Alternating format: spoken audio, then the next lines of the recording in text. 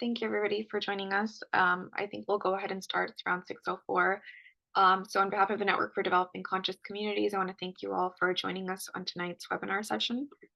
So just some sort of rules for the webinar. We are recording the webinar. Please make sure your microphone is muted unless you're speaking. If you're invited to speak, please remember to unmute yourself and then mute again once you're finished.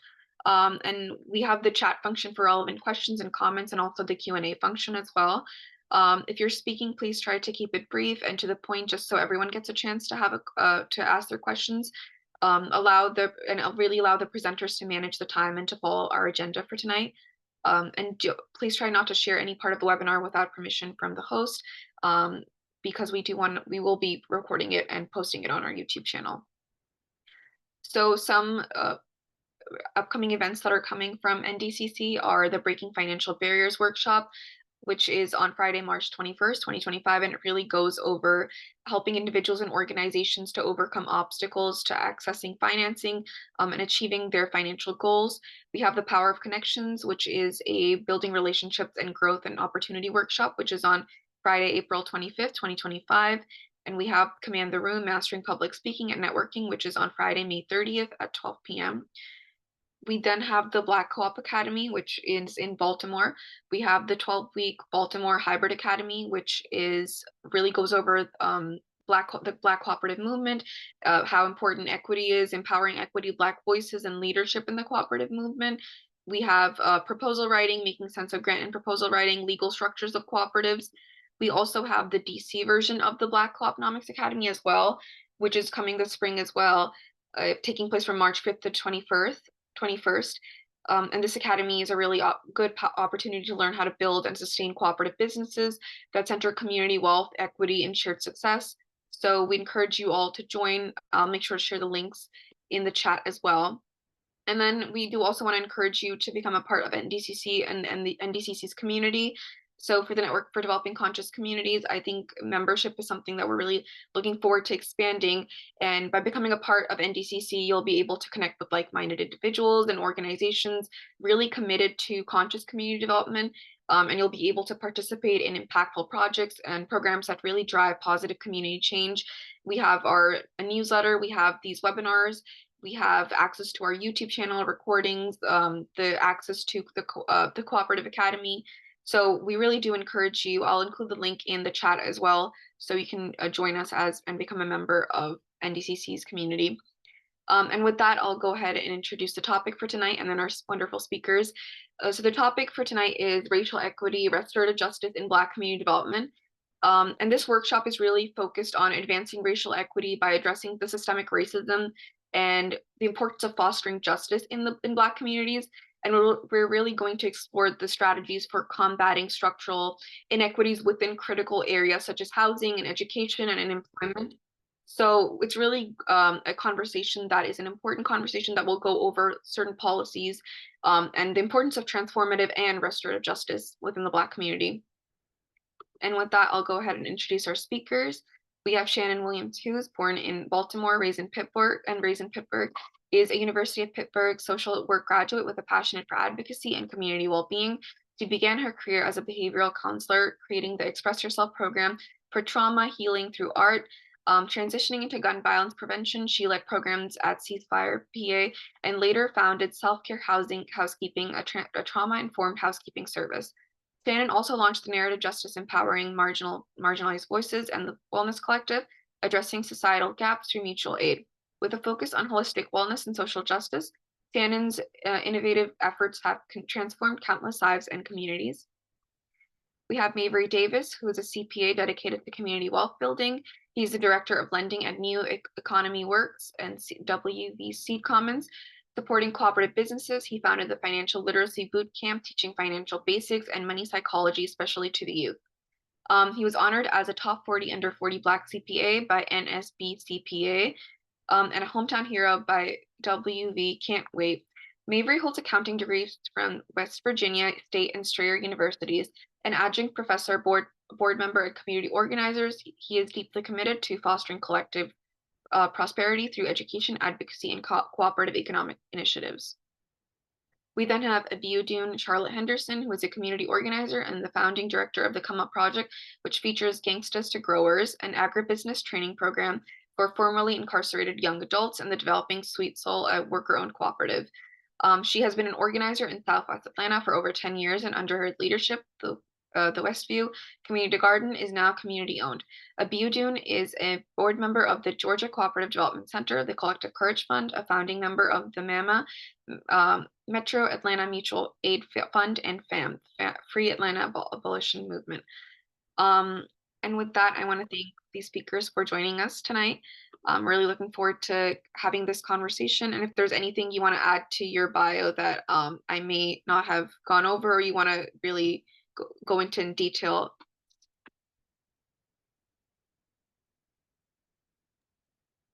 No, I think you nailed it. You might have left some stuff out, but did a great job. Thanks, Amar. Okay. Appreciate it. Thank you, Mavry. So to preface tonight's conversation, I just wanted to go over the history of why we're really of why we're here today and the systemic inequities that really are requiring systemic solutions. So when we go over racial equity, restorative justice, I think a really important part is exploring how restorative justice can serve as a powerful tool in dismantling the systemic racism and advancing racial equity in housing and education, employment, and beyond that. And so for me, when I look at restorative justice, I look at it through a way of rebuilding relationships or justice through reconciliation. And I really want to hear your point of views on what restorative justice means to you and what you think restorative justice is. So anyone who wants to go ahead and start the conversation. Shannon? Yeah. Yeah, first, thank you for having me here. So restorative justice to me, as I understand it, is restoring whatever community or person back to the point before harm has taken place, which I think is very beautiful. It's a beautiful model. It's intentional, it's directed. Yeah, I'll pause there because also I love restorative justice as a model. Um, it's a little crunchy for me because it also can exist in carceral systems, which is always kind of like weird to me because it can get gray. It can get very gray really quickly. There's opportunity for co-optation when something fits so well in a system that is oppressive. So when I talk about or I think about restorative justice, I also think about and lean into transformative justice, which is basically taking restorative justice and going a step further than that. So yeah, we're going to restore to the point before the harm, but also like what caused the harm, and I mean deeply what caused the harm. And it's my absolute opinion and belief that any instance of harm, if we pull back enough layers, we're going to find an oppressive system that actually caused it, not the people involved. People are not broken or inherently evil or violent or dangerous, but systems can absolutely be inherently evil, violent, and perpetuate harm. So those are my initial thoughts, just so you know what type time Sham's coming on today. Absolutely. Thank you for sharing that. And then Abiodun. Yeah, I definitely agree. That's also what I always think of when I think about restorative justice. I think about what is the root, that what really needs to be restored in order for all this all of this that is happening at the end, right, to not happen ever, right? How do we get folks back? How do we build institutions that help manifest and create the villages that we lost, that weren't perfect, right? But that sense of community that we lost, where, whatever I do in my house may affect yours. Um, but again, that starts with the harm that was done within our community uh, for all these hundreds of years, right? How do we get to the root of that? And it may not have to do with those folks, that did the harm or their descendants fixing anything. It's like, okay, how do we now take care of each other? Those of us that know the issues, how do we share that information, educate our people, uh, create economic stability within our communities, so that we can heal and be like, okay, that was done. Uh, let's bring back some of that yummy stuff that we've done since the beginning of time. No, absolutely. Thank you for sharing that. And then Mabry. Yeah, I mean, that's tough to follow these two sisters with that. So, you know, I want to acknowledge, I agree, with the way they put restorative justice. So I'll kind of speak to you guys from this, like, I wouldn't be here without restorative justice, right? Like I see restorative justice as like, one of the best forms of equity, right? Like um, how you right size a situation, like what's the appropriate response to whatever went on. So, back to myself, you know, um, personally, I'm a married man, all that type of stuff. Made a lot of mistakes, like trying to figure out how to own a business, how to be there for a family, and all of that stuff. So if there were certain things that I did, or not being able to show up, for my family in a way, right, that my wife had to take on more of the burden, right. If she didn't have a sense of restorative justice, then I might not have been heard out on what I was trying to do that might have had a bad impact on things, right? And so because there was a sense of restorative justice and equity in our household, like we were able to work things out, and today we're in a better position, because there's restorative justice. You know what I'm saying? So um I I get real technical in other types of ways, but with things like this, like, I think of like what's the and I think about the co-ops that were built in the how do you say, the pressure we're under in like the capitalist system, to like if we show up late to work or we do this or do that, we're like getting kicked out of places or not being able to be hired. So like as we're developing our co-ops, like are we looking at when somebody doesn't show up like in a way that you have been told like work should be or what things should be? Are we just like firing people or kicking them out? Or are we having the right conversations to figure out like, how can we work together to make sure we're getting somebody's not being just kicked out of a situation because of whatever barriers were there that may have caused some situations that, yeah, it caused harm. So, there's harm there. So we got to address that. Yeah, you were the harm causer, right? And you're somebody who needs to be protected from the harm. Like, but how do we move forward together with the right parameters and guardrails in place so that we don't continue to cause harm to each other, but we grow together? Absolutely. Thank you for sharing that, Mabry. And so when we talk about these barriers, there's persistent like structural barriers that Black communities are facing today. How does how, in your perspective, does restorative justice really address those structural barriers that are happening within the Black community?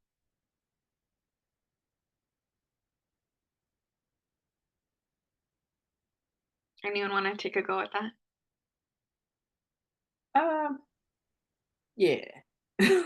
So I want to make sure I heard the question clearly enough. You said, how does restorative justice combat the structural barriers that exist in society?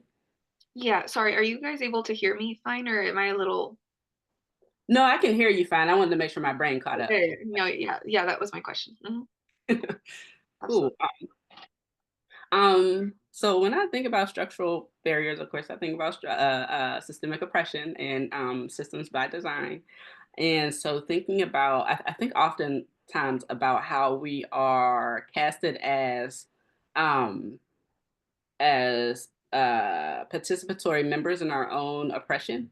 And so thinking about how we are driven apart you know, either on a social level or a systemic level, a justice level? Like, what does it look like? So when justice is applied, right? Like, injustice is one of those weird words that, like, what does that mean? Um, but when justice is applied or when justice is needed, and I'm using it specifically in the harm has taken place and some level of repair is needed. Uh, how, like, what are the ways that we address harm in this moment, right? Like, and so what I personally see quite often is that we then take on this posture of tearing each other apart, you know, and that's justice. You know, we kick people out of community, and that's justice because they did this bad thing, and so you did this bad thing, therefore we get to chop your head off. And that comes from a place, like, that's not a thing that we just like decided that we were going to cannibalize each other in this social way. That is a thing that is perpetuated through our media, through our narratives, like the way that we're talked about, talked at, the ideals of ourselves were otherized. We're you know, so much that, you know, it's hard to even identify with ourselves. You know, like the narratives that are created around Black folks is such that we don't even want to participate in it. And so when there is something that peaks that, like, oh, Black stereotype or whatever, like, we have a tendency to throw whomever off the ship because no, not them, we ain't them, like, get them out of here, we ain't like them.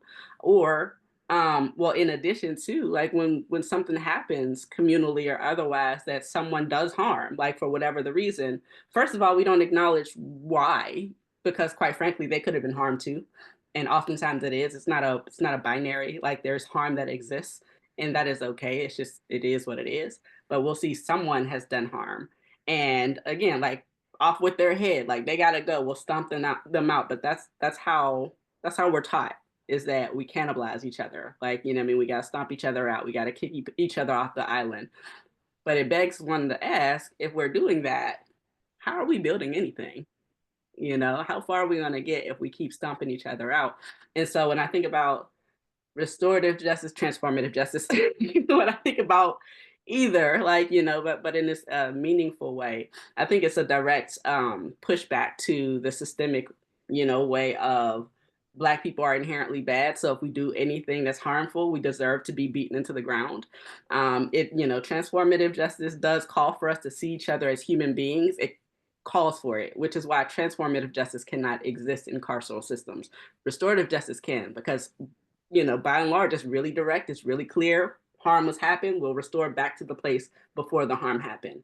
And it just allows for so much distortion in the intention around restorative justice. That's why it's easy to exist in carceral systems. Not that it's inherently bad, it's not at all. It just has this availability to be distorted.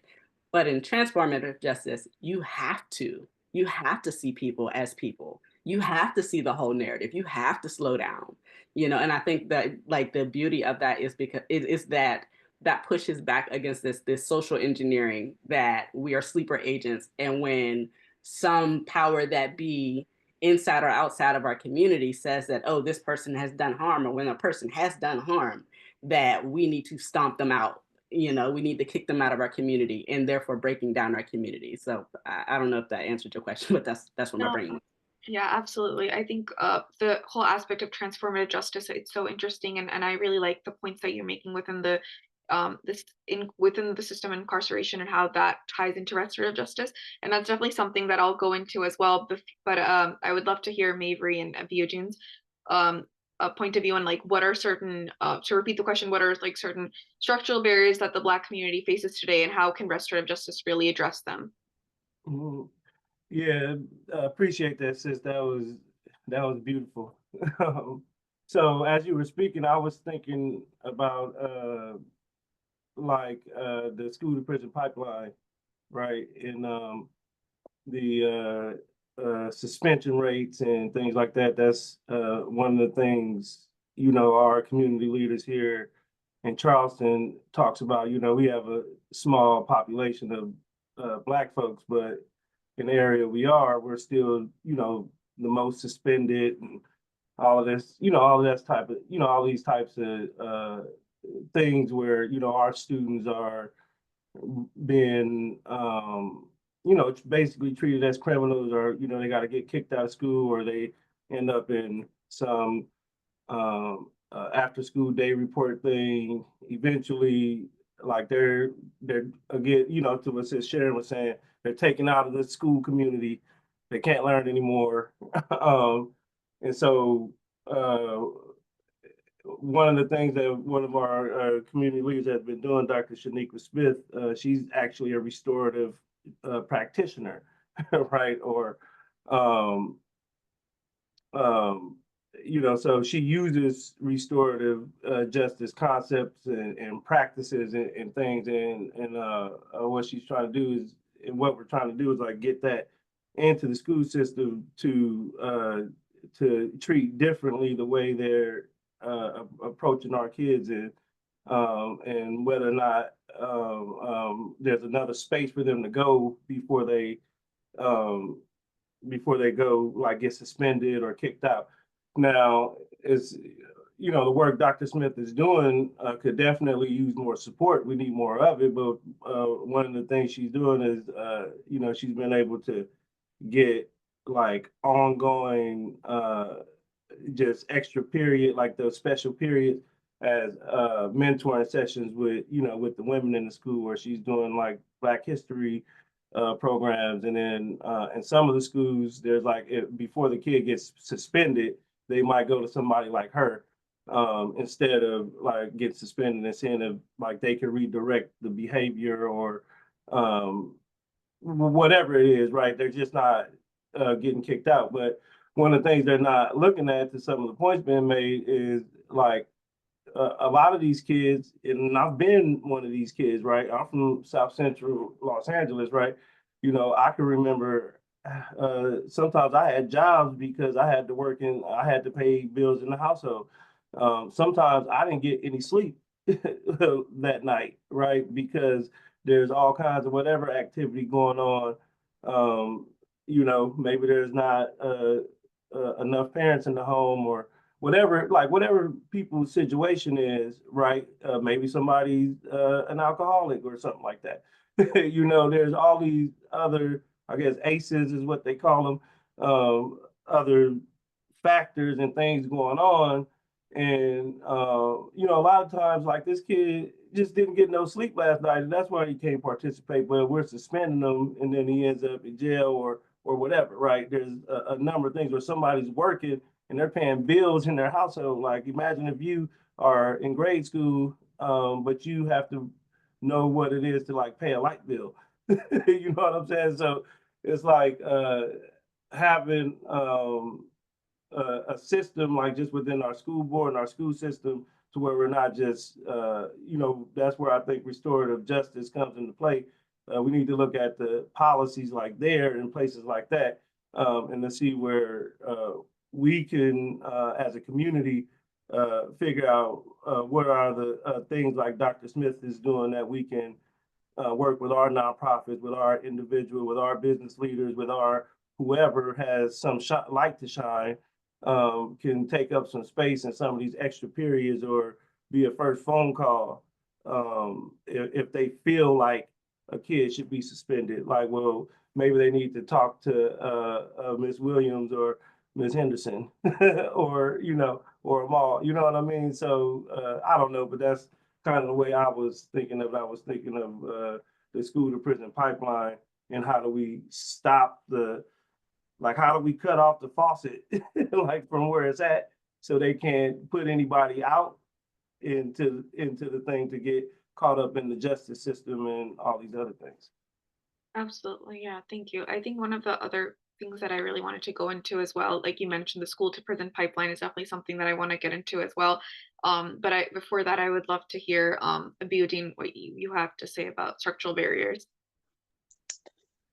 It makes me think about this political economic system and how it's lined up, you know, where the focus of has been taken off of the primary and secondary economies, you know, raw materials and then like value added products from those materials, and the tertiary economy, where it's you know, nursing homes, things that are created, right? Because capitalism is the thing where it's like solving a problem, right?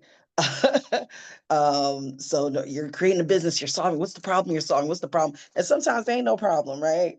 Sometimes it ain't no problem. It's just how can we create um, more middlemen in this society and economy, uh, and just so thinking about how like Dick Gregory, he had a political, oh Lord.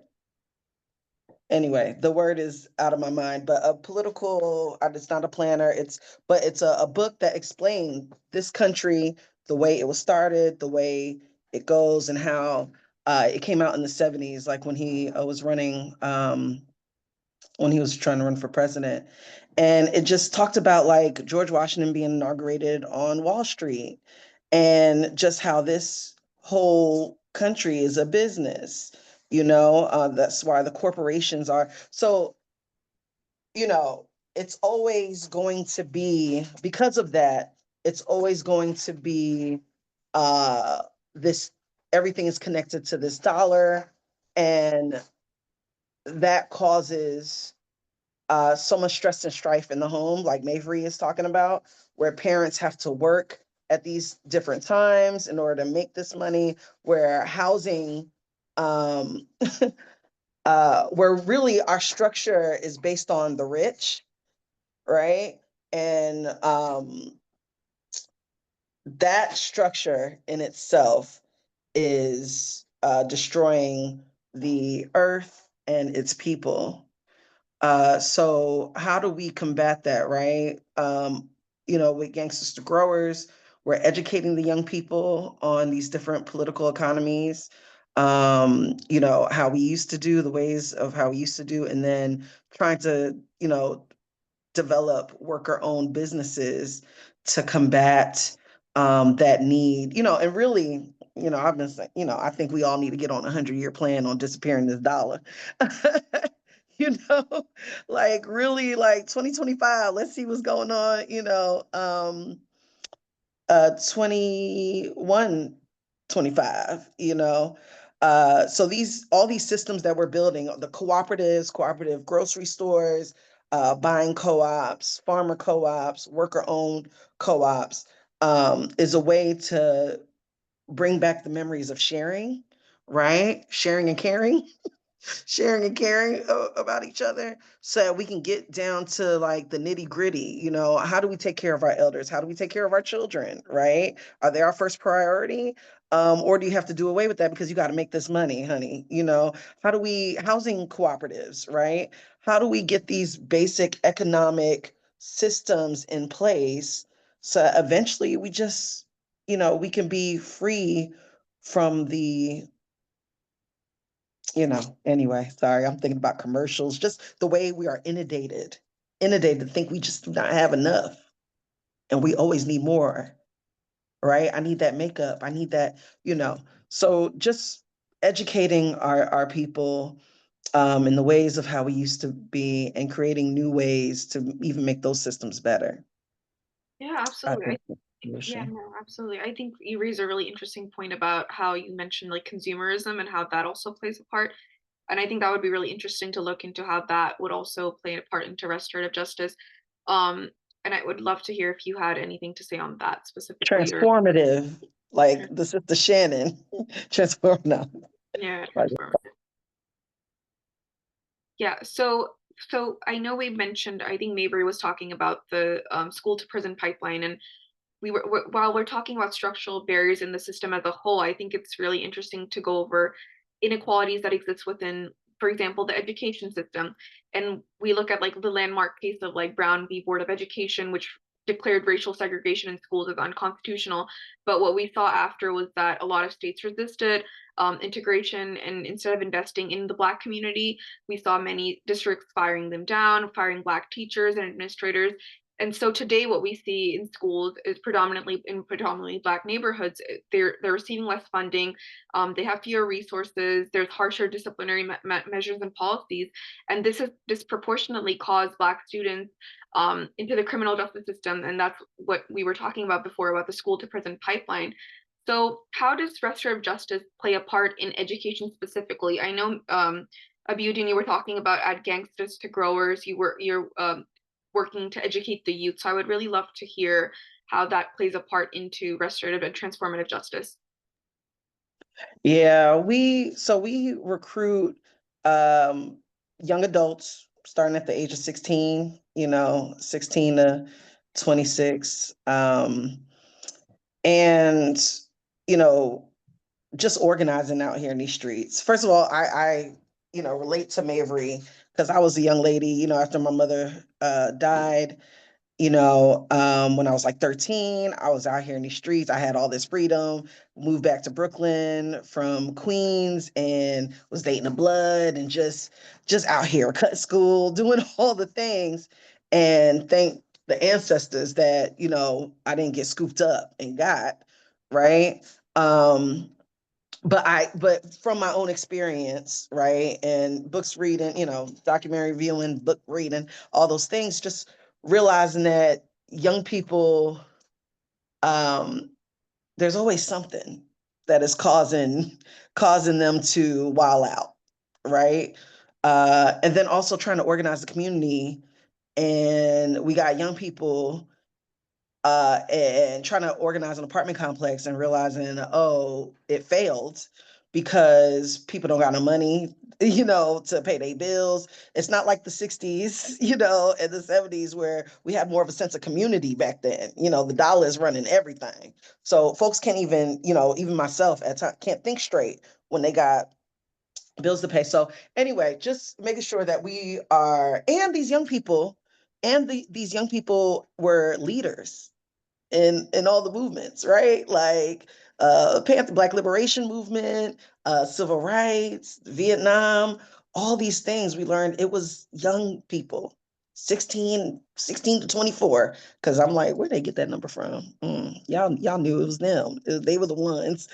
They was the ones that were doing the thing. So we're like, okay, how do we get these young people back? How do we, after the crack era, right? Destroying the fabrics of our community, right? Elders ain't the same elders in some of our communities as they were before, right? And there's this lack of knowledge transfer that used to happen that kind of got ate up during that time. You know what I'm saying? Heroin to the crack, and we stopped caring about the babies and all the things. So at Gangster Growers, it's like a little university. Our young people are paid to come through $15, $18 an hour. We're trying to make that just $18 an hour straight up for the next program because how folks supposed to pay for housing, right? We don't got that. We're connected with some housing co-ops, you know what I'm saying? And we're working with the city, like those units for Gangster Growers. Like, how do we make that work? But yeah, paying them $18 an hour, 40 hours a week, 10 months long, yoga, African drumming, martial arts, political education, because we're really trying to teach these young people how to be organizers again, right? Or get that spark, Black history, so they understand that what they seeing ain't what it really is, ain't never been. This is all new to us. This is all that new-ish. Nutritional cooking, herbalism, just a lot of stuff that has been lost, group therapy, emergency prep, what I'm saying? How you stop the bleed, how CPR, all these skills, along with farming, right? Because that's the base of everything. There ain't no culture without agriculture, as one of the elders have said. So we don't, we not about like what you did, where you come from, where you came from as well. We're just like, how can we love on you and hold you accountable? Right? How can we bring back that home training? How can we bring back that Black excellence, not in the context of whiteness? You know what I'm saying? We can have Black excellence. We could say it too and want it without it being like, well, they wanted us to be, we had to be excellent to get there. Yeah, sure. But look, nah, let's bring that back. It don't have to be stressful either. Let's bring that back, that pride back, because we're trying to make sure that they love themselves enough, right? To love their families enough, to love their community enough, to not want no BS to go down in their hood. and then understand what the true target is. When we talking to Black folks, oh, they pants are sagging and the parents are this, the parents are that. And then when you simply, I mean, and sometimes this is like in an Uber. When I didn't have a car, I talked to every Black person, every African driver, everybody. And when you just a 5-minute breakdown from Reconstruction to now, the things that have happened, folks are like, oh yeah, I forgot. We have a huge group of folks that are invested in us continuing to be the product that they make money off of. So by any means necessary. So anyway, that's what we're trying to do against the growers. It's really just trying to bring the young people back to their glory, and make sure they care. We have parenting class too. Make sure they understand when they have niece nephews around, even if they don't have children, what should we look out for? How do we care for them, for these babies? What's acceptable and what's not acceptable? Because when they say you should never give them money, and we moved, like my mother moved from Bed-Stuy, Brooklyn to Queens, right? Like a lot of families moved, out the hood, and we just was left with this, this destruction that, anyway, so that's it. It's time to love these young people again. No, absolutely. Thank you so much for sharing that. That was really powerful. And I know, Mavry, you also talked a little bit about the work you're doing with Dr. Smith in terms of working with the youth and working within the space of education. And I know you shared a bit, but if you want to share a little bit more and specifically how that ties into transformative and restorative justice. I mean, well, it's a little bit more the same, right? Like that's just it right there. Like we have to, the education that we need, the organizations that we need to build that's participating in this system, right? Like this capitalist this capitalist system, but we have to create the organization that's actually going to feel the need and give us what we're doing. So like I love that Gangsters to Growers is figuring out how to create space to do the things, right? Like one of the things you reference is, I founded a financial literacy boot camp, right? That's literally just me as a certified public accountant going around in after school programs, at block parties on the street, teaching kids about budgeting, saving, and investing, right? Creating board games. We got this board game right here called Money Madness. I don't know if you can see it, but anyway, it's a 60-second game where, if I'm set up or I'm tabling at an event, it's a block party, it's a community health fair or something, teaching kids about money, about finances, maybe even teaching them something about co-ops or what that, or what that is. We do kids business expos, where we help kids, because they're not going to necessarily teach this in school, right? And we set it up where they have opportunity to maybe win a prize, right? Get some coaching, right? To maybe if they get serious about this business, they want to do it. You know what I mean? Like all of this stuff we need to be doing, we're going to have to, build the organizations, do the things, and figure out how to work together as a community to get it funded, right? And that's us supporting these businesses and figuring out how to create the organizations that, they're freezing the federal money right now and all that good stuff. That's gonna happen, right? But are we putting so many applications up there and projects up there and partnering on the projects to where they can't help but approve one of them, right? That is us, right? A lot of our issue in the past is and where I think is different now. It's going to be much harder for them to napalm something that we build today, right? Like it's going to be much harder for that type of stuff to happen.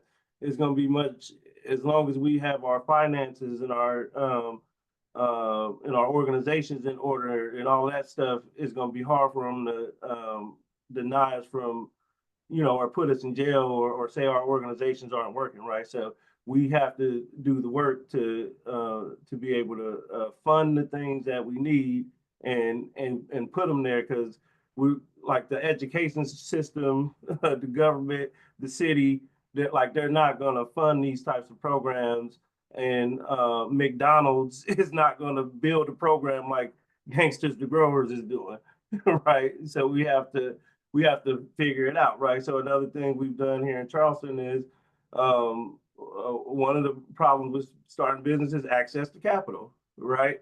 Like that's a thing that there isn't justice in that.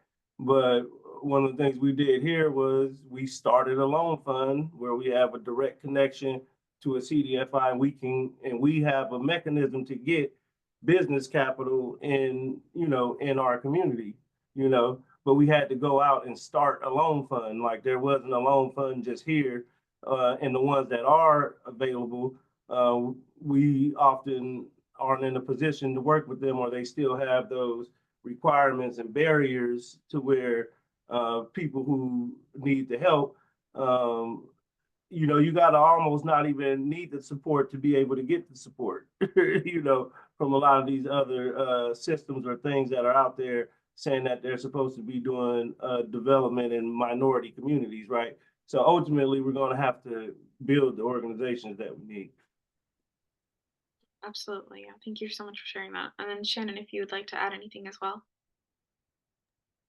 Right now I'm just kind of like ruminating on what everyone has shared and is thinking about, like, yeah, like let's build our own systems and address the intentional blockages from educational resources, financial resources, et cetera. Like, so to your original question around like, how restorative justice can show up in schools, I think restorative justice is a great tool to have in systems like schools, because it diverts from our kids literally being arrested for fighting, which is wild. Like that's absolutely wild, and it's happening. Like our babies are catching charges because they got in a fight, like they're not kids, I mean, being harassed, all the things that happen at school. So I think that, like restorative justice, again, because it fits well, it's pretty straightforward. I think it goes well, and it creates a good diversion away from. And then I love what y'all are talking about. I'm sitting here like, yes, like, because I hear like the community building aspect. So thinking about like, conflict or harm is not one way, right? Like, you know what I mean? Like there are things that cause this harm.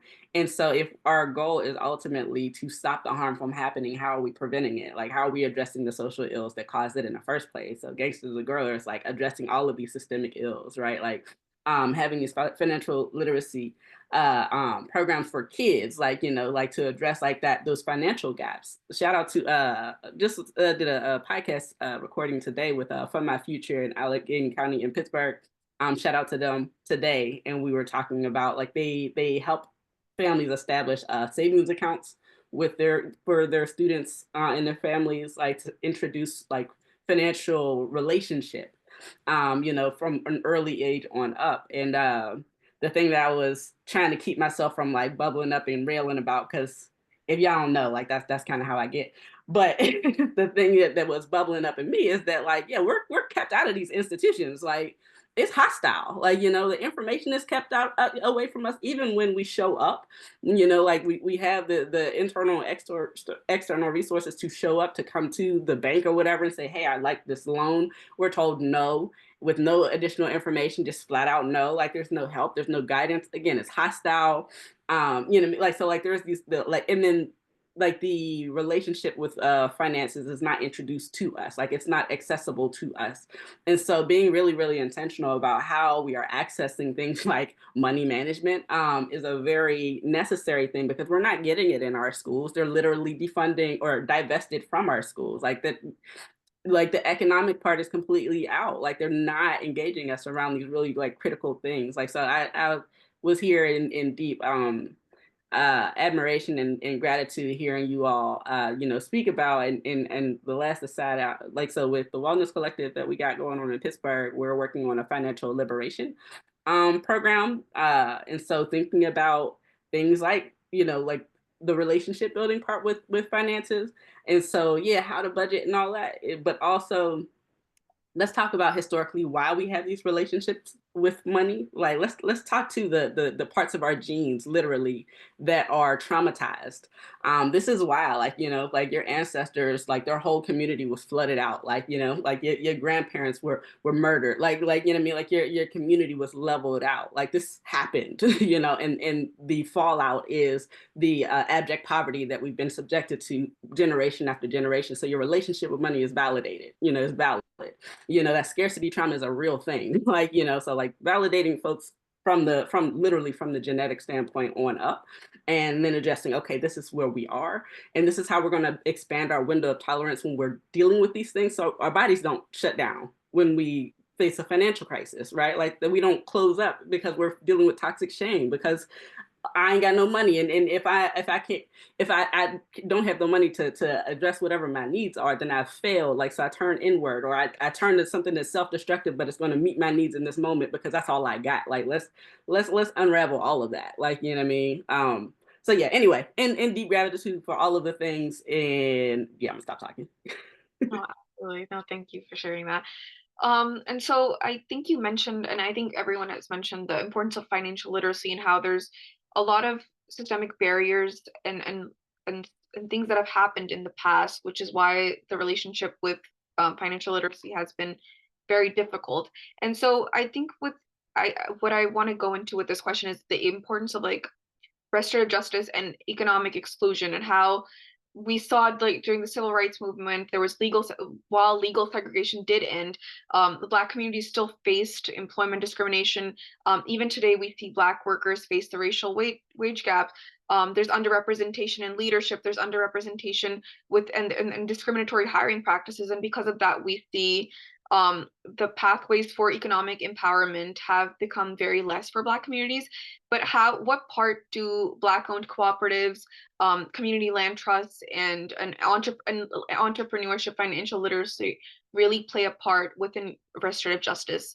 And how can we use that to build Black economic empowerment?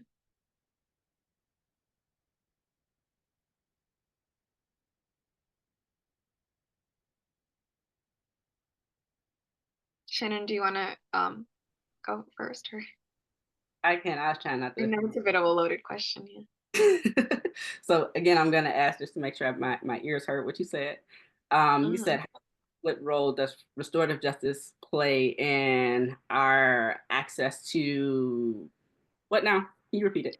Yeah, in terms of in terms of Black economic empowerment, what part does restorative justice play? And then also to tie into that, what part can Black cooperatives, Black entrepreneurship help in that whole aspect as well? Where my mind goes is in the relational part of building a business, or business management, or communal management. Um, as y'all know, like, one of my hats is an organizational conflict consultant. And so, we are so good with building things, but sustaining is another thing. And so like we'll build things, and then conflict will come up. And again, going back to like, financial trauma, scarcity trauma, all of these other things that come into play when we go into business with each other, like with ourselves, when conflict comes up, be that a structural conflict or interpersonal conflict, like how are we dealing with that? And I'm thinking about sustainability long term and growing.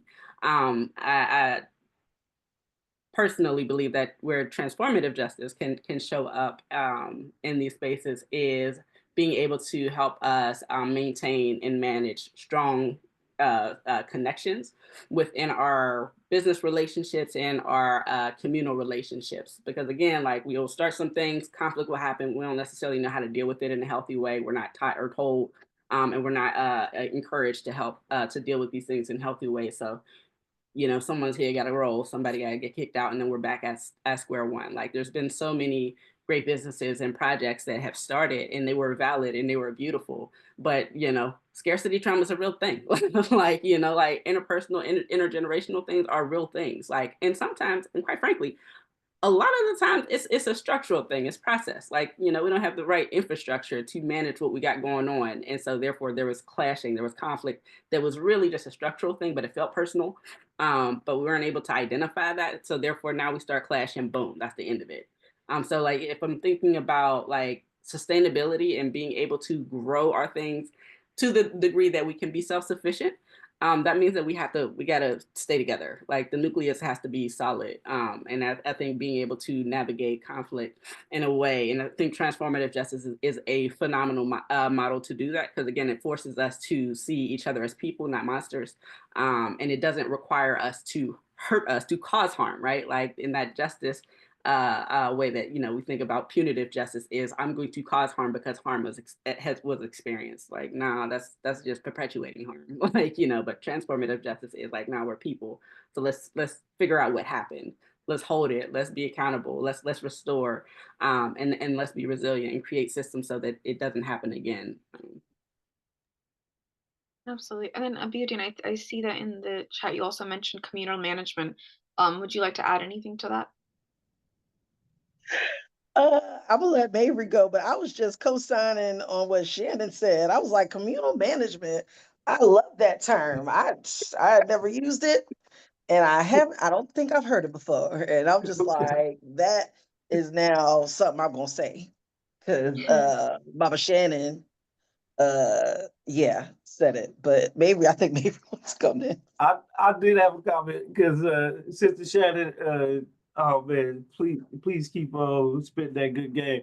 So this is the second time this thought has come up, and I feel like I'm gonna make it, and it speaks to the whole idea of like what role does cooperatives play, and and community land trusts and restorative justice. But so right now, like in America, right, we see, and it speaks to what Aberdeen was saying, right? Like we see business as capitalism, right? Like when you the average person, the average American, the way they see or understand business is capitalism. The opportunity we have through co-ops, right, and through true co-ops and the co-ops that we're talking about is more than just a set of principles, right? It's a culture, right, and it's a way of doing business. It's a way that we do things, and it's a way of how we work together, and we're actively seeking conflict resolution because we know that inherently or naturally to be true of how we do business together, whatever this cooperative business we're doing, right? So it's a culture shift, and it doesn't throw out the need to have to be able to make money and to make a profit and to solve a need, right? Because in capitalism, they'll tell you that you need to communicate that you're solving a need, but at the heart of that, as long as you can make a money and you can market well, right, and you can market well, you can get a product out. It doesn't matter that this stuff is killing you, right? It doesn't matter that everybody's addicted to cigarettes, and I'm one of them, right? You know what I'm saying? But it doesn't matter that that stuff is getting out there as long as it's you making a profit. You know what I'm saying? But with cooperatives, because of the principles we're rooted in the culture, right? We have a concern for community. So, if we're a true cooperative and we're truly building cooperatives, we're not going to build something that's going to harm the community. So, like, I think we have so back to my point is, I think we have an opportunity as right now, capitalism is crumbling, right? It's not a mistake that you need 2, 3, 4, 5 jobs in a household to survive. So people are going to be looking for another way to do business. This is how I found co-ops, right?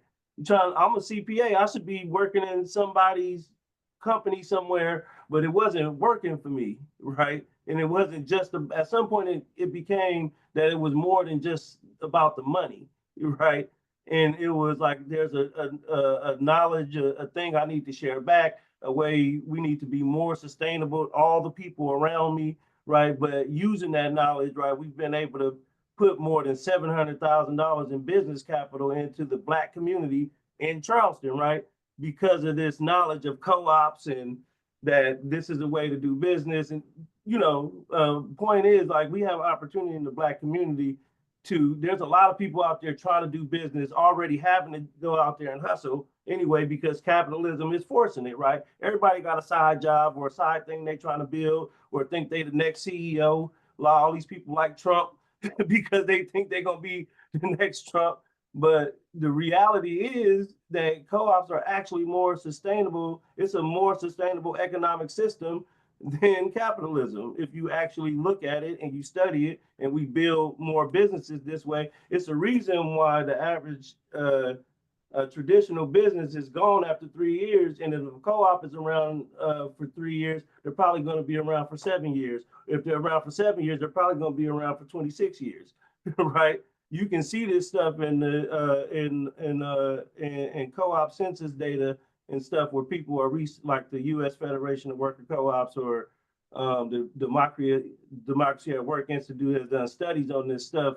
And Mondragon, Spain, Italy, like it's just a better system. So I'm saying all that to say, as a Black community, we have a chance to re-educate how we're teaching ourselves to do business and to look at these land trusts as ways. There's dilapidated housing and buildings all throughout our urban cities, and nobody has real strategies for recovering that stuff. And if we don't pay attention, then those who have all the resources are going to come in, redevelop it, gentrify. But if we can leverage things like community land trusts and coming together as a community, we can get through these mechanisms, through cooperatives, and figuring out what is the right entity we need to build. We can control this land and this space and be able to develop it into the stuff that we need it to be. So I think that's where the restorative justice comes in. That, and see,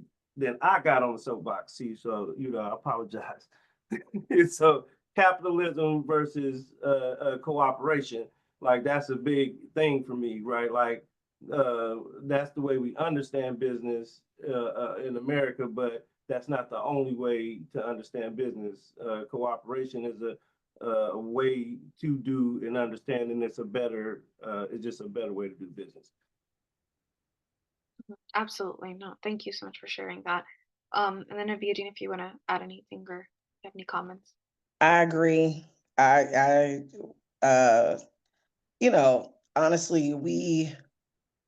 Gangsta Grower has been around for 9 years, and the hot sauce was created in 2017. We are just now really getting these co-ops going, with the, strengthening our co-op classes, education classes, and working with, others that are more skilled and knowledgeable to help really get our young people where they need to be.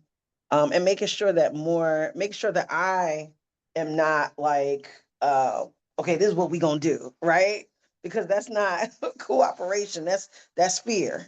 That's fear that, one day I'm gonna get a young person that's gonna be like, and then convince everybody to sell everything off. You know what I'm saying? It's just like trying to, you know. So yeah, cooperatives, I believe, are a true solution to most of our problems. And it's hard. It's hard because of everything we've already talked about. Those of us that, think we know better, or those of us also stuck in what does wealth look like? What does wealth look like? The young people got social media and it's telling them that it's vacation, 2 to 5 times a year. It's, you want to get on this private jet, you want to buy these items that are just making other communities richer and they children, forever taken care of. And we just got access, right? So, it's like almost, and, we ain't nobody children, actually everybody our children, but when you have a child and you give them allowance and you ain't teach them what to do with it, you're going to get, bags from the candy store instead of money being saved for a bike later on, or, you know, all those type of things. So cooperation is the way, the truth and the light. And you know, it's hard. It's hard, but we just got to stay down, because ain't nobody whipping me in the back. You know what I'm saying? So it ain't that hard. It ain't that hard. So just, and then the community, right? I mean, the Black cooperation community uh and Black farming community is like the dopest community that I've seen. And you know, as Mama Bear, you know, honestly, I feel good bringing our young people into this community, bringing them to the conferences to meet everybody, leaving them alone with folks. Because you know, my mother's from Africa, so I'm very controlling and everything. To be honest, you know, you could tell folks are just like, they ain't in it for self. They're in it for a community and this future that is bright, you know. And you know, we love a foot on our neck. So, you know, we love a foot on our neck. Once that foot get on there, we just like, oh yeah, yeah, I forgot. Okay, let's go. So yeah. Absolutely. Thank you so much for sharing that. And then, so while we are wrapping up this conversation, I think a really important thing is healing historical harms and healing the community and really fostering the community healing. So, how does transformative justice, like I think Shannon mentioned as well before, the different how punitive justice plays, how we don't want justice to just be punitive, how restorative and transformative justice is different in that way because it heals historical harms but also is fostering community healing. So what part does transformative and restorative justice play in healing our communities? Personally, I think it's absolutely critical. I don't think there is healing without transformative justice, um, which encompasses restorative justice. But transformative justice is just different. Again, it calls on us to be human with one another, in a way that you know other justice models just don't do. And so again, like transformative justice being harm happens, harm takes place, yeah, we're gonna address the harm, we'll restore, but also what caused it in the first place. Like firm believer, like the more layers you pull back at the root of it is gonna be an oppressive system every time, like every time. And so if that is the case, like, and also what I think is beautiful about transformative justice, so it's not uncommon. So for groups or people that I work with, you know, it's in a conflict resolution, conflict management capacity, of course they're like, they have urgency, like they're like, this thing is happening, we gotta do the thing. And I'll slow down and I'll be very like, huh. And I'm like, Shan, like what's going on, like you see what's going on, it's about to, I'm like, oh, okay. Yeah, no, I see it. I hear you, but I think it's important that we slow down, you know, especially when there's all that like tension and intensity.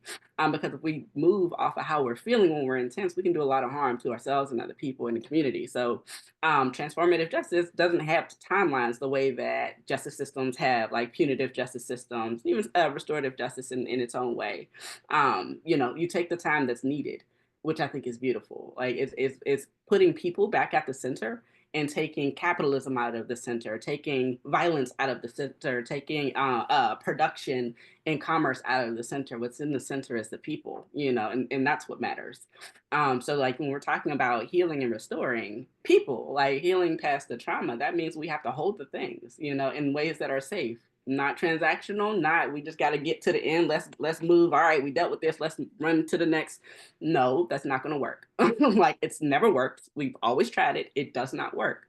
What works is actually holding the things, actually moving through the things, actually doing what's necessary to not only heal the trauma that was created, but also changing our systems so that we're not perpetuating it. So it doesn't really matter if we heal the trauma, if we go right back to a traumatic space, right? Like if our communities are still violent, like, you know, like, and when I say our communities are violent, I mean they're policed in violent ways. Shout out to Pittsburgh, city of Pittsburgh, they just confirmed 20 plus officers who failed the psych test last year, and the city put out this notice, oh yeah, the test is biased, which that's not true. Like, there's no way that that's true, because if it was biased for those 20 plus people who failed it, it was also true for the people who passed it and they were not tested. And also, that's just, you don't just replace a instrument, a therapeutic instrument with another without like proper vetting. So it was like a straight up lie. And also, people hit me up after I said that, like, publicly a lot, and said like, oh yeah, my such and such was one of those officers. They are not stable. They should not be police officers. They're in the police force. So yeah, like stuff like that, like systemically, you know, like we allow these things to happen and then wonder why, like, you know, our babies are dying. Yeah, they're traumatized. They don't feel safe, you know, like that they're fighting in school, like, you know, they're antisocial because they're traumatized. Like, and not just our babies, our adults too. Like, that's what's also difficult for us to come into relationship, into business relationship, and then trauma comes with us. We can't check parts of ourselves out the door. The whole self is coming in, you know, trauma and all. And so again, I think it is really, really important that we get good at navigating conflict, and understanding trauma, and having clear systems of how we're navigating conflict with one another in ways that feel safe, in a communal aspect, not a, oh, that's y'all problem, y'all need to work it out. Because that's what happens quite often, is that when there is conflict, especially in a communal aspect or like group aspect, oh, such and such, we'll gossip. You know, we'll gossip, we'll tear folks down, we'll laugh, we'll at the spectacle of it all, but we won't get involved. That's y'all problem. Absolutely not. Like, it's always all of our problems, especially if we're trying to build something. Your health and well-being, your progress and prosperity is absolutely directly tied to mine, and vice versa. So whatever's going on with you, yeah, I care about. Like, what's going on? We can't have that. Whatever that looks like, you know, like whatever system that we decide on that is healthy, that is safe, that is transformative as a community, that's what we need to be buying into. Not this, again, they did something that you know, the internet told me wasn't okay, off with their head. You know what I mean? Like, they said something, they caused harm, like, oh, we need to, you know, make sure that they don't make another dollar, so now they're homeless. What are y'all doing? Like, I'm gonna chill, I'm gonna stop right here, because I'm really about to hop I'm about to be on my Shannon stuff. So yeah, that's what I got. Absolutely. And then Mavry or Abudin, if you have any comments or anything you wanted to add or a question. Yeah, I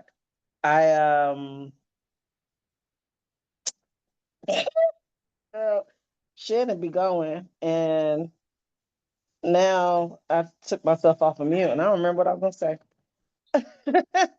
Can you repeat the question really quick? I'm sorry, sis. Yeah. So we were talking about how the importance of restorative justice and how that plays into healing historical harms and really fostering community healing, and how important healing is, and how does transformative and restorative justice really play a part within community healing. Yeah. Yeah. Yeah. It's there's so much, you know, uh that we don't even talk about on a daily yet, right? Like the economic stuff, like the babies, and like the restorative type of stuff. But like when we start to dig in on like the molestation that is happening within families and within communities, and then also like all over the world there's women getting beat up by they by they, that's not funny, I'm sorry, but I'm like, it's just ridiculous, right? Like uh the physical violence that is happening in the homes, physical and sexual violence, right? um that has people showing up in a sometimes in an unhuman way outside in the streets and in community, that um I can't wait for that to be part of, like, and it is in other circles, right? But you know, I think it's important for us to start digging into that, like who and how do we start, how do we start um bringing those things to the forefront, that when it comes, especially in our communities, um in our communities, it's like you don't tell nobody nothing, right? You keep everything inside the household, right? But then we're also dealing with, we got elected officials, police officers. I'm digging into this because I just think it's something that's missing from the conversation. Like there's so much underground ish that is happening, right? That because we don't see it and it's not in our household or none of our people's household, that we not digging into. And because it's a huge thing, it's also a very huge thing, economically, uh, and just mentally harming, because so much money is made off of these things as well. And so it's like, okay, how do we boost people's, and then it goes back to the education piece. How do we boost people's self-esteem, their self-worth, so they understand they don't got to get their power off of controlling somebody sexually or physically, right? How do we do that? How do we create something where, again, I'm just repeating what I was saying earlier, where there's folks in the community that say, no, that's not how we do things. And it's not like a tick for tat, because I'm listening to Sister Shannon. I'm like, yeah, no, they used to say the Black Panthers, nobody would want their if your boyfriend or whatever was messing with you, boxing you out, whatever, all you had to do was threaten to get the Panthers on them, right? And then we look at Wretched of the Earth. I'm kind of going into a whole thing, but we look at Wretched of the Earth, where Frantz Fanon said, "We ain't getting out of here without violence," right? So I don't know, all those things, but I just wanted to lift that up because it's that unhidden thing that has folks showing up in these streets, real, real crazy in an unhuman way, but it's the underlying, the Roman culture, it's all that shit that we got to speak, talk about, and so that we can start to really address. And please, if anybody knows of organizations and folks that are really tapping into that issue, I would love that, because we would love to really have that be a focus. We have our young, this is the last time I'm saying, we have our young people reading Sister Soldiers No Disrespect, right? And it's based on her life, so we have those conversations a little bit, because there's some stuff in there that she talks about, that I was just addressing. But like, yeah, when are we circling up around those things that are secret and hidden, so folks can show up more human? I Absolutely. don't No, know if that answered your question, child, but I was like, I want to talk about it. absolutely. No, thank you so much for sharing that. And I think that's fairly powerful in terms of community healing. And Mavry, if you have anything to add, or I would love to hear from you as well. Um, I'm just gonna add to both of sisters' points, like the work that we're talking about doing, like doing this co-op development, doing everything, like we can't even begin to really dig in to do these projects, start these businesses, if we don't have what these two sisters are talking about addressed, at its core, right? Like, because that's what I'm seeing, on a daily basis. Even the projects we're talking about doing, and the timeline on like the development work, is because like there's so much underlying issues, especially with trauma, from the developers, the person doing the development, to the people we working with developing the business. Like there's so much trauma we've been working through with and for and on behalf of each other. Like we wouldn't be where we're at with the success in these projects if we didn't have all of these different types of supports. Like when counseling was needed, we were able to get it.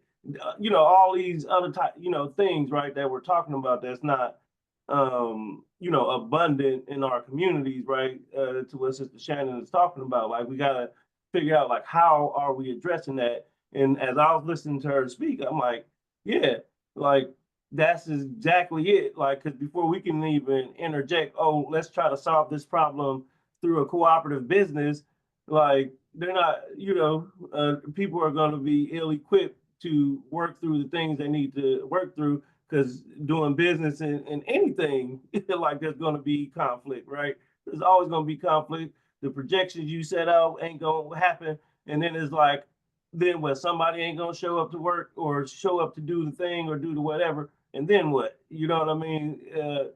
And it, addressing all of this, like, we can't do the co-op development work. So this is not separate. It's like, this is all part of it, right? It's all part of it, right? And some of it is just we're gonna have to be able to, like we're also gonna have to, like, do the work, understand with the understanding that people need this work, right? Like, going into it knowing that like, it's not just it's just gonna be tough, right? And we don't know what we don't know. People a lot of our people we're working with, it's gonna be some time before they come around. So, like, are we strong enough, and are we doing the things that we need to do to be healed ourselves, and to have conflict resolution type supports available, to be able to be practicing restorative justice, transformative justice in this work that we're talking about doing? Because this ain't gonna be easy. Like, we know it's not. Like, we've been doing it, so we know it's hard, right? And what we've been talking about today these are like the issues that come up that's not going to come up in a loan memo when I'm writing a loan memo to whoever I'm writing a loan memo to. Right?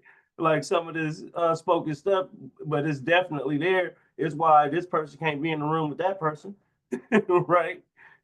So it's just like, we still got to be able to deal with this stuff. And that's all I wanted to say, is like, these sisters is on point. And, like, if we're not addressing this restorative justice and transformative justice, and the trauma, that unspoken trauma, then we can begin to be serious about truly developing cooperatives and using this as a development tool in our community. No, absolutely. I agree. I think transformative and restorative justice, that's why they play such a large part, because without them, we can't really think of moving forward until we heal the past traumas that we've had before as well. And so, Can I say one more thing on that? I yeah, apologize. So I realized while Baby was talking, you know, something that we did this year, right? We had a little more funds, and we had these long interviews with the young people when they were interviewed, and we dug in. Like, we told them, look, please let us know all the things that you've been through, right, in your life. And this information is going to be shared with educators and staff, because we all want to be able to, know what's going on with you, so that when we see things show up with you, we may be able to understand what's going on. You know what I'm saying? And then this is the first year where they have group therapy every week, right? This is the first year that we were able to pay for private sessions as well, with the young people. Now, what ended up happening is, we did end up getting rid of some staff, because there's still this culture of, like, people deserve to have privacy, right? And there's something in our community where we need to bust this thing wide open. You know what I'm saying? Where folks aren't hiding certain aspects of themselves. Uh, anyway, I just wanted to share that we were trying to work on that by, having the young people detail all the things, and we sharing that with the therapist, sharing that with staff, so everyone could be hands-on with it. But we yeah. need more. Like, I'm listening to y'all, and I'm like, okay, yes, that for next year, because we're always fine tuning, trying to. No, absolutely. Thank you so much for sharing that. And then also, if you would like to add resources in the chat as well, and would really like people to know more, I think we can add them to the chat as well, so people can reach out and learn more about the organization, and also the work that you're doing within community development, within healing the community. So I think with that, we'll open up the Q&A. And then if anyone has any questions, you can add them to the Q&A. If you want to unmute yourself, want to say something, you can also raise your hand and unmute yourself, and I'll go ahead. But we're really looking forward to hearing from everybody as well. And then I think if you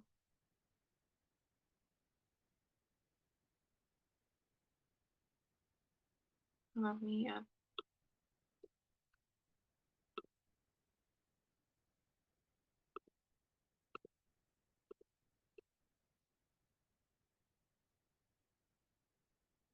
I think one person raised their hand, so let me unmute them. Chris, I went ahead and I unmuted you, so you can, are you able to? Yeah, hi, can you hear me? Yeah, we can hear you. All right. I'm curious to hear a little bit more about the entrepreneurial and business supports that you're offering, Mavry. That sounds really cool, and we're trying to replicate how we can support young businesses, young people with for their businesses and financing opportunities too. Uh, Maybe one story or or two. Thanks. Well, you can check out a case study at ccommons.org. There's a case study on one of the projects I was talking about called Fat Daddy. So what we did was ultimately we developed a loan fund, and through this loan fund we help folks like if they don't have a business plan, then we help them put together like what their business plan is. Um, it could take time. It's not like a and ultimately is we have to teach folks what a cooperative is in our area because co-ops aren't like something that's normal, right? So one of the first things we do is just like kind of co-op one-on-one type education because the only way to get funding through C Commons is you have to either be a co-op or be on the pathway working with our organization to develop into a co-op or working towards that like over time. So that's pretty much the stuff that we do with that. As far as young people are concerned, um, uh, we work with them like sort of through like after school programs. So they may already be in the after school program, right? And so we might work with that after school program to spend some time in there to come in and like teach them about teach them about like financial literacy. It might be budgeting or saving, investing, things like that, or income is one of the topics I might teach. And then when we get into the area of income, that's where I might introduce like a cooperative business as another type of business or entity or way that you can earn income. You can work for somebody, you can start a traditional sole proprietor business, you can start a co-op with some friends, and this is what co-ops are. So I kind of do it, I try to do it in a way where we do business model canvases a lot where you look at like value propositions, customer segments, things like that. So I might catch a young person at a at a public event or maybe we're on a basketball court or something, or it could be again through their after school program or wherever I might encounter them and they might say something about business, and then I might have some one-on-one sessions with them and introduce them to if they have a business idea. Um, I'll walk them through like a business model canvas and like have them start with that. And then as they develop more questions, they want to know more about the finances of the business, then we might work together later on like a financial model or things like that. But really starting with the business model canvas that helps them to get enough information to come back to me with, and for me to have enough information to, if we want to put like a financial model to what you're doing, like that business model canvas will help give us all the nuts and bolts of like sort of which direction we need to go in to start looking at what the financial outlook or break even might be for like the type of business you're doing. I hope that was useful. I don't know. Anyone else has any questions or they want to add to the chat? I think there's a question in the chat. What are the first steps to creating the community space to have these discussions about hidden or under discussed issues? Anyone want to go ahead and take a... Sounds like a me question. So holding the space is, of course, number one. Things to think about without going too far into things. You want to think about where you're hosting this space, who's involved, who's invited, how you're establishing safety. And safety is like the main thing when it comes to creating, safe spaces and communal spaces. Is how is everyone feeling safe? Like, is it safe for folks who are neurotypical, but not for folks who are neurodivergent? Is it safe for everyone who is already in good relationship, but like folks who got some rub, some friction, it might not be safe? Like thinking about all of those things. How are we creating safety in the space? Are we in person? Is it virtual? Is it both? You know what I mean? Thinking about accessibility, like as far as like disability access, but also like, like the way we process information. How are people accessing the space? How are people being invited into the space once they come? If it's in person, like how are people being made to feel like they belong there? Is a subtle thing that is often overlooked, but it is really important to feel like, oh, I need to be here, especially if we're talking about holding like transparent spaces, like talking about busting it wide open. We're going to talk about the things like I need to know from every step of the way that I belong here and that I'll be safe here, I'll be protected here. If something break off, that that I'll be covered here. So what does that look like?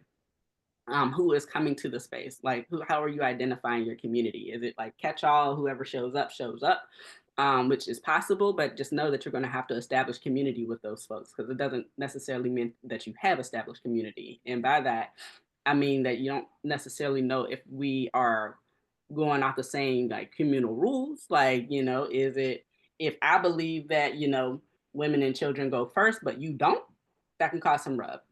So just being aware of who's in the room and how you're inviting them in the room.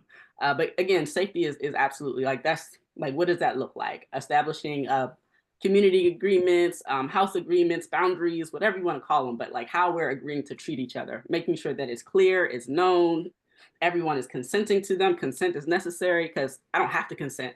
That's cool. I also don't have to be here. Like, you know what I mean? And so being aware of like how we're like, if you're going to be in the space, this is what the space calls for. And so if our community agreement, our boundary is one person speaking at a time, and like I don't agree with that, so I decided I'm gonna just do whatever I want. Like, then how is the space deciding to deal with that challenge?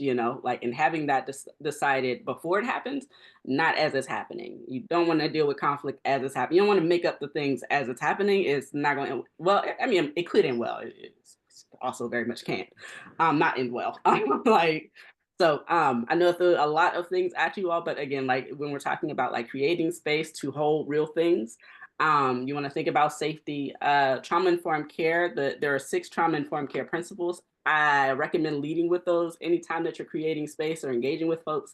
It's just a really great way to kind of self-check of like, am I being a safe person here?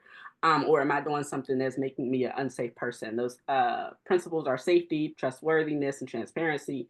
I always forget, so I'm gonna look at them. Peer support, again, like how the person being invited involved in the space, collaboration and mutuality, empowerment, voice and choice, and culture, historical, and gender issues aware.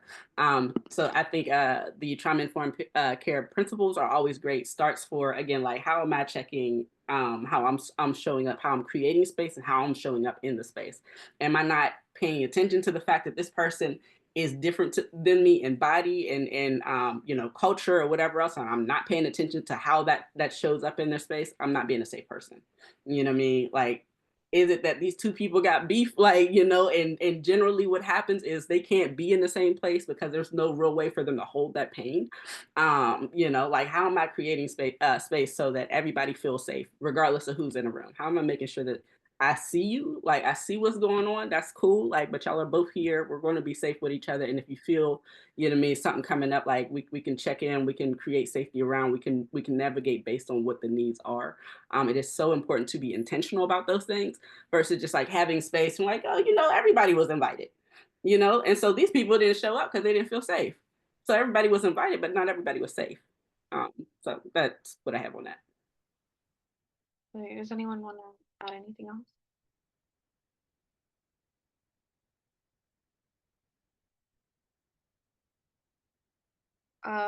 Were you saying something? I think you were muted. Okay. And then so the next question we have is, I would like to ask either speaker, how did they get the youth's attention? How they reserve trust, and what was it that made the youth be consistent or want to stay or participate? I'll say for us, we recruit in community. Like the first program, I just walked around the farm that was in the hood and saw who, because you have easier access. So I just, walked around. I know some folks don't like the word canvas, but um, just kind of canvassed the neighborhood, told people what was up. And now that's grown into the young people referring their friends and families that have been at risk or formerly incarcerated, going to the youth shelter, Covenant House, City of Refuge, that houses young ladies. There's some conscious, I don't know if I should use the word conscious, but there's like public defenders, there's some prosecutors, there's some judges well, one judge, um, and probation officers, right? So that's how we're bringing them in. We really like that young people recruit friends and family members because we want to get that whole, and spread from there outside. And we pay them. We pay them. We try to make sure that they know they are cared for, meaning if they have like some outbursts or whatever, we're more strict on them showing up on time, after giving some grace, right? And them being able in a couple of weeks being able to see what bus they gonna take, what ride they gonna take, all that kind of stuff. But we're kind of strict on timeliness, uniform, cell phones down in that basket, uh, those type of things, right? And staying awake, right? Those are four things that we're pretty strict on. But and when folks have all the emotional stuff going on, they were smiling one day, the next day they come in and they snapping and all that stuff. Now we're gonna pull them to the side and see what's going on, right? And based on what they've already informed us, we're using that intelligence as well. But see what's going on. And what we always find out is somebody's cousin got killed, somebody got killed, or somebody's getting evicted, or something. You know what I'm saying? Mama or whatever yelled, baby daddy, uh, knocked them around, you know what I'm saying? Stuff like that. So we just, we make sure we're holding them to a standard. We always tell them that they can come back. If a young person is dismissed from the program because we've given them all the times and done all the interventions, we're like, yeah, come back. You come back next year. So, right now, while the last program was finished in December, we got young people calling right now. When's the next program starting? When's the next program starting? Miss Abby, da, da, da, da, da, right? And then, yeah, those are like the main things is making sure that we're connecting them to resources, paying attention to their cases, right? Because sometimes there's been a time where a group of young people got locked up, in 2018 because they was outside, unbeknownst to us, around the corner smoking, you know what I'm saying? Them folks ran down on them, and folks had warrants, right? So making sure we're paying attention to all the things that are going on in their lives, right? So that they know that, yeah, you may get fussed out, but at the end of the day, I know these people actually do love me. They actually really do love me. So, yeah, just really, really caring for like like we're each other's, right? Like we belong to each other. We belong to each other. So we try to we're getting better at training now that we're adding more staff. That is now our next thing is like making sure we're training the staff and make sure they're operating the same way because folks got their traumas and they, a young person getting spicy with them maybe tapping into something else and they may get spicy back and forget like remember what all that they've been through. So we want to create better systems around that though. Absolutely. No, thank you so much for sharing that.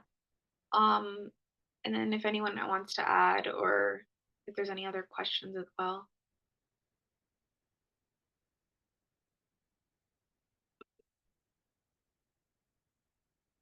I saw that there's a lot of resources that everyone shared in the chat as well. So I hopefully those will be beneficial. And then also we have our webinar on March 18th, which is next month. And that's on empowering Black communities through a political lens. And so I also added the link to that, so or the pre-registration link. So looking forward to seeing everyone on that conversation as well. Yeah, it's great to see the love in the chat. I think someone said intentional community, so love the passion and care, so much knowledge retained, grateful for this space. Yeah, thank you so much everyone for joining as well. And it's really important that we have these conversations and continue to have them as well. I don't see any other questions. If not, then go ahead. And if there's any, we would love to hear any final comments, anything you want to share before we leave for tonight. If anyone wants to say something or anything. Yeah, I just want to invite everyone to reflect on and be intentional about putting people at the center, and what does that look like, and reflecting on where in your world are oppressive systems, capitalists, like commerce, all of these things that are meant to use our bodies until there's no more. Like, how are they showing up at the center of our worlds? Like, and how do we take them out? And put people back where they belong, which is at the center of our world, and see how that shifts the way that you approach folks, approach conflict with yourself and with other folks, like, especially our babies, but also each other, and start to think about what does it look like for us to both experience rupture in relationships and repair.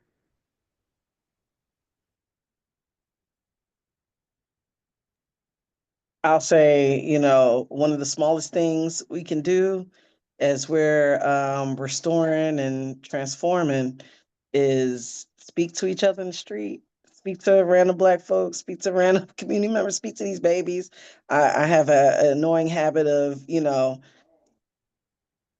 he just said, oh my God. Anyway, I have an annoying habit of stopping young people in the street. I'm like, you're our future. We love you.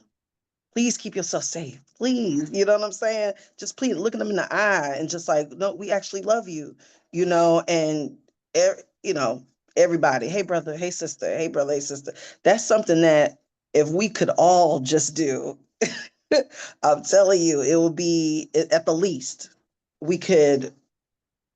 It's like a Jedi mind trick. You know what I'm saying? Because that's what they did back in the 60s and 70s, right? Like, what up, brother? They just felt since the beginning of time. That's how we've done it. So we gotta bring that ish back. Absolutely. Yeah, that was. Well, I'll keep it simple, because that was so great. So, is it on you or is it in you? That's all I got to say. Absolutely. Thank you so much, everyone. Those are wonderful words, and really hoping that everyone took a lot from this conversation. I think it's a really important conversation to have. And with that, like I said before, we included a lot of the resources and links in the chat, so hopefully you'll be able to benefit from them. And we're looking forward to seeing you in our next upcoming webinar, which is next month. And with that, I want to thank everyone for joining us. Mavry, Shannon, Abiudin, thank you so much. With great hearing from you. And all the resources you provided. And we hope everyone has a great night. Thank you so much. Bye. Thank you. Appreciate y'all. Love the NDCC. Keep lifting us up. Absolutely. Thank you so much. Bye-bye. Amen. Ashe.